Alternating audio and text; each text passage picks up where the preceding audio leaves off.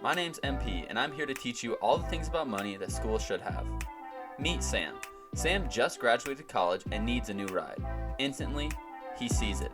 A brand new $30,000 Mustang. And voila, 1 hour later, he's driving up the lot in his new car with a 5-year fixed loan. Wah, wah, wah. Joke's on Sam. Because Sam never followed Financially Fit on TikTok, he didn't realize that new cars depreciate at huge rates. The moment he left the lot, the car depreciated approximately 10% down to $27,000. In the first year, the car will lose an additional $3,000 in value. 2 years later, down to $20,400 in value. In year 3, life happens and baby Sam is on the way. Mrs. Sam says it's minivan time.